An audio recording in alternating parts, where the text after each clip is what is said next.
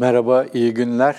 Unuttuğumuz Kürt sorunu ya da Kürt sorunumuz başlıklı bir yayınla karşınızdayım. Gerçekten çok uzun bir zamandır gündeme gelmeyen bir konu bu ama yaşıyoruz. Ee, Irak'la ilgili, Suriye ile ilgili Kürt meselesi konuşuluyor ama sanki bizden uzakmış gibi konuşulmaya dikkat ediliyor. İçeride de çatışmaların daha önceki dönemlere kıyasla bayağı bir azalmış olmasının da, saldırıların azalmış olmasının da bunda bir etkisi var muhakkak. Birçok neden var. Çok fazla konuşulmuyor ama Kürt sorunu çok ciddi bir şekilde ortada duruyor. Ee, Recep Tayyip Erdoğan partisi ilk iktidara geldiği zaman ki kendisi siyasi yasaklıydı o tarihte. 2002 yılı sonlarında Aralık ayının son günlerinde yılbaşına doğru Rusya'da bir gezi sırasında bir Kürt işçinin kendisine Kürt sorununu nasıl çözeceklerini sorduğu zaman verdiği bir cevap vardı. Onu hatırlatmak istiyorum. Sorun var diye inanmayacaksın, yok diye inanacaksın. Var diye inanırsan sorun olur, sorun yok dersen ortadan kalkar. Türkiye bir anlamda bir süredir bu durumu yaşıyor. Yokmuş gibi yapıyor, sorun yokmuş gibi yaşıyor. Bir şekilde zaten Türkiye'nin şu anda yaşadığı, bir müddettir yaşadığı çok ciddi başka sorunlar var. Dış politika ile ilgili sorunlar var. İçeride ekonomiyle ilgili sorunlar var. Çok ciddi bir kutuplaşma meselesi var. Kutuplaşma meselesi Türk-Kürt kutuplaşmasının ötesinde bir yerde seyrediyor. Sanki özellikle referandumdan itibaren Erdoğan'a oy verenler ya da vermeyenler gibi kabalaştırarak söylersek ortadan ikiye ayrılmış bir Türkiye'de seçmen profili var. Kürt sorunu bu anlamda geride kalmış gibi daha belirleyici bir noktada gözükmüyor. Erdoğan daha sonra ama iktidara geldikten sonra kendisi de siyasi yasağa kalkıp başbakan olduktan sonra Kürt sorununun varlığını kabul eden red ve inkar politikalarının ile artık Türkiye'nin gidemeyeceğini söyleyen bir siyasetçi profili çizdi ve bu noktada da çok değişik hatlarla Kürt sorununu çözmeye yönelik bir takım girişimler başlattı ama hepsi bir yere kadar gelip belli bir yerden sonra tıkandı, iptal edildi. 2011'de aynı Erdoğan'ın Kürt sorunu yoktur, Kürt kardeşimin sorunu var dediğini gördük. Bu bir aslında Kürt sorununu kabullenmekten kopuşu gösteriyordu. Yine 2011 yılında kendisi Kürt sorunu yok, PKK sorunu var diyerek aslında klasik bildiğimiz devlet söylemiyle tekrar yıllar sonra buluşmuş oldu. En son 2015 yılında ki bu söylediği artık şu andaki yaklaşım olarak özetlenebilir. Yanılmıyorsam Balıkesir'de yaptığı bir konuşmaydı.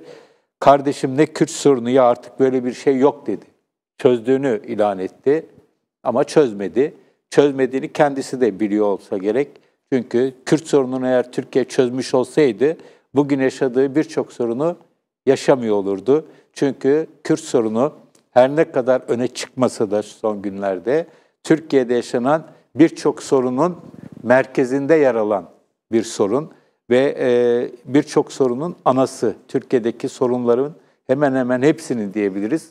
Anası, ekonomiyle doğrudan ilişkisi var, bölgesel ilişkilerle, dış politikayla doğrudan ilişkisi var. Örneğin Türkiye'nin Suriye politikasını belli bir aşamadan itibaren Suriye'de PYD-YPG güçlerinin yani PKK çizgisindeki Kürt güçlerinin nüfuzunu daraltmak, etkisini daraltmak üzerine inşa ettiğini görüyoruz. Ve bu anlamda Türkiye sırf bunu yapabilmek için sürekli politika değiştiriyor. O politika sabit kalıyor belli bir tarihten itibaren. Bunu gördük. En son Irak'ta, Irak politikasını tamamen Kürt meselesiyle alakalı olarak tamamen değiştirdiğini gördük. Bağdat'la mesafeli hatta gergin ve Erbil'le yakınken referandumun ardından, Kürt referandumunun ardından tam tersi bir durum yaşandı. Bağdat'la ilişkiler tesis edildi ve Erbil'le ilişkiler bayağı bir gerilemiş oldu. Bütün bunlarda belirleyici olan Kürt meselesi oldu.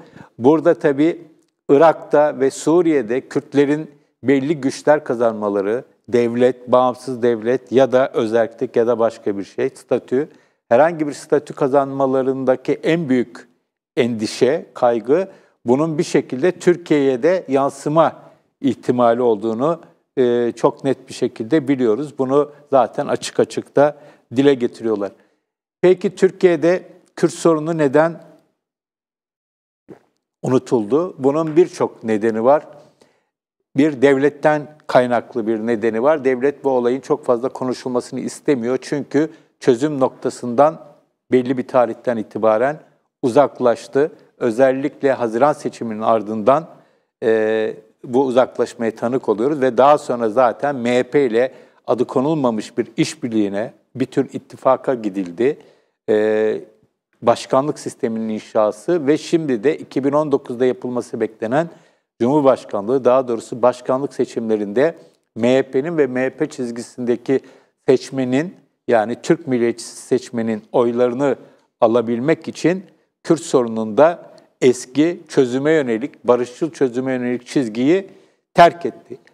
Ancak askeri yöntemlerle çözmek de imkansız olduğu için burada tercih edilen yol genellikle bu olayın yokmuş gibi görmek, sadece bir terör hadisesine indirgemek ve bu bağlamda da sürekli Irak'ın kuzeyindeki PKK kamplarına ya da değişik yerlerine, PKK üslerine diyelim, bir takım hava saldırıları düzenlemek, ülke içinde kırsalda özellikle yapılan bazı operasyonlar vesaire, olayı sadece bir terör ekseni etrafında görme anlayışına yöneldi.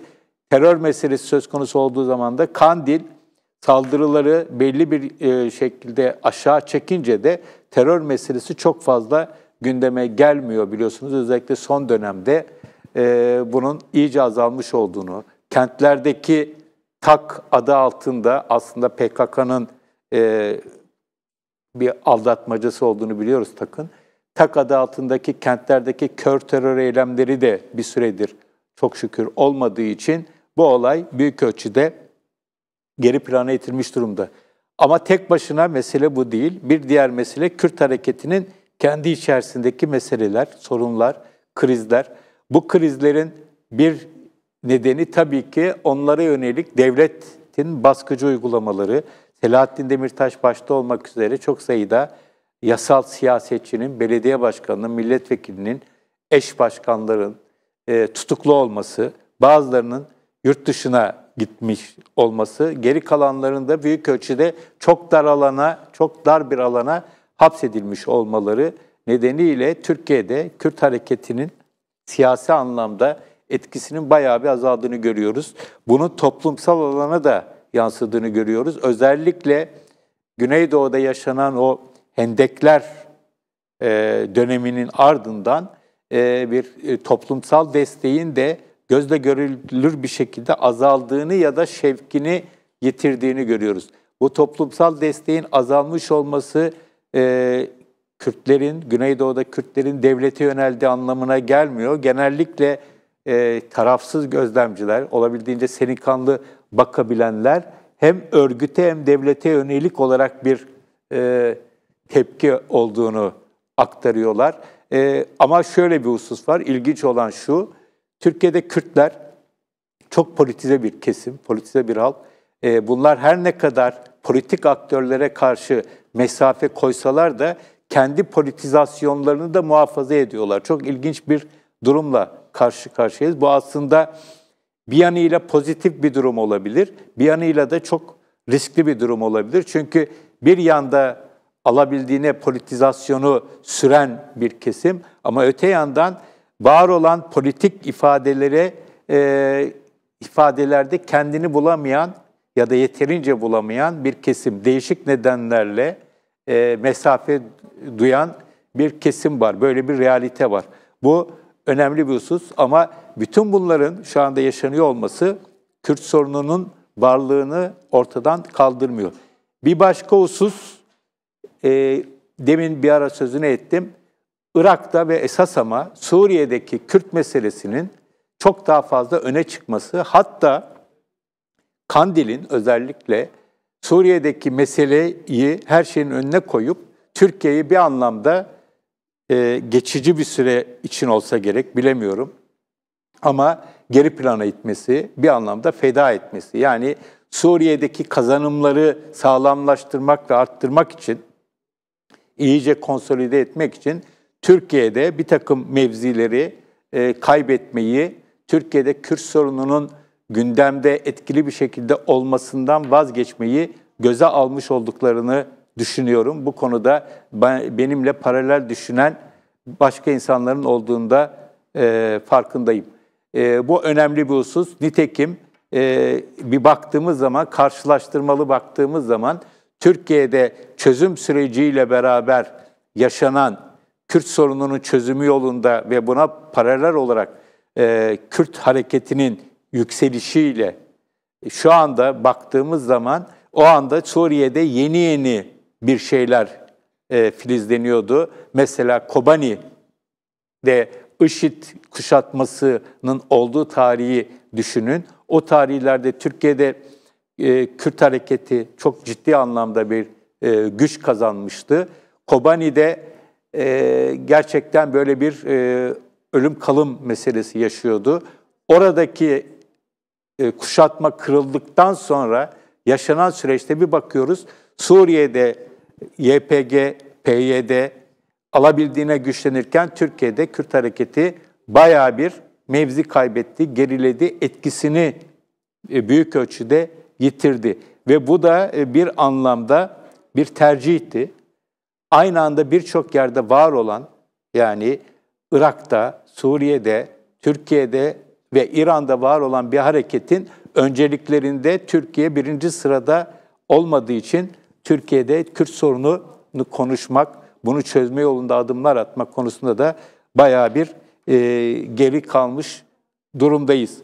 Bunların Irak meselesi de tabii özellikle o referandum parantezi çok önemli bir döneme damgasını vurdu. Çok kısa zamanda Kürtlerin bağımsızlık iradesini engellemiş gözüküyor bölgesel güçler. Türkiye, İran başta olmak üzere, tabii İran'la bağlantılı olarak Bağdat'ta bunun bir uzantısı. Ancak bunun da kolay kolay kapanacak bir irade olduğunu, vazgeçilecek bir irade olduğunu söyleyemeyiz. Şunu söylemeye çalışıyorum. Türkiye şu ya da bu nedenle, konjonktürel nedenlerle, aktörlerin bir takım hesaplarıyla, bir takım strateji ve taktikleri nedeniyle Kürt sorununu bir şekilde rafa kaldırmış gibi gözüküyor. Ön plana çok fazla çıkartmıyor gibi gözüküyor. Ancak bu sürdürülebilir bir politika değil. Çünkü Türkiye eninde sonunda dönüp dolaşıp Kürt sorunuyla yüzleşmek ve bunu çözmek, kalıcı bir şekilde ve barışçı bir şekilde çözmek zorunda. Aksi takdirde bu sorunun varlığını sürdürmesi, derinleşmesi, daha da çözülmesi, zor hale gelmesi anlamına gelir. Ve bu sorunun şiddet yoluyla çözmenin hiçbir şekilde imkanı olmadığını herkes bir şekilde biliyor ama itiraf etmiyor olabilir, biliyor. Ve bu sorun çözülmediği müddetçe de bu ülkede istikrarın mutlak anlamda tesisi, demokrasinin, hukuk devletinin, temel hak ve özgürlüklerin tesisinin mümkün olmadığını hepimiz bir şekilde biliyoruz. Bunu dile getirsek de, getirmesek de. Tabii bu arada ben bu sözleri söylüyorum ama birçok kişi ne Kürt sorunu bu hakikaten çözüldü. Kürtleri ne istiyorlardı olamıyorlar gibi, işte kız alıp veriyoruzdan benim Kürt arkadaşlarım da var gibi bir takım artık klişeleşmiş tepkiler alacağımı biliyorum. Kimse kendini kandırmasın. Türkiye'de Kürtler eğer sorunumuz var, taleplerimiz var diyorsa Türkiye'de Kürt sorunu varlığını sürdürüyor demektir. Burada tabii ki bir dengenin tutturulabilmesi gerekiyor. Kürtlerin talepleriyle Kürt olmayanların kaygılarının arasında bir dengeyi hep birlikte çoğulcu bir ortamda bulabilmemiz gerekiyor. Şu anda ondan çok uzak bir durumdayız. Bir ara buna yaklaşır gibiydik ve maalesef o şansı kaçırdık, o fırsatı teptik. Önümüzdeki süreçte olur mu? Tekrar böyle bir çözüm fırsatı Türkiye'ye yakalar mı? Şu haliyle baktığımız zaman bu imkansız gibi görülüyor. Ama Türkiye'nin bu sorunu çözmeden hiçbir şekilde istikrara kavuşamayacağı realitesinden hareketle eninde sonunda şartlar ne olursa olsun, aktörler siyasi aktörler neyi tercih ederlerse etsinler, Türkiye'nin eninde sonunda Kürt sorunuyla yüzleşmek, ciddi bir şekilde yüzleşmek ve bunu gerçek, kalıcı bir şekilde çözmek zorunda kalacağına inanıyorum. Şu an bugün onun zamanı olmayabilir. Bugün bu çok naif kaçabilir ama bunu sürekli olarak hatırlatmakta yarar var. Bizim bir Kürt sorunumuz var. Biz bu Kürt sorununu çözmek zorundayız.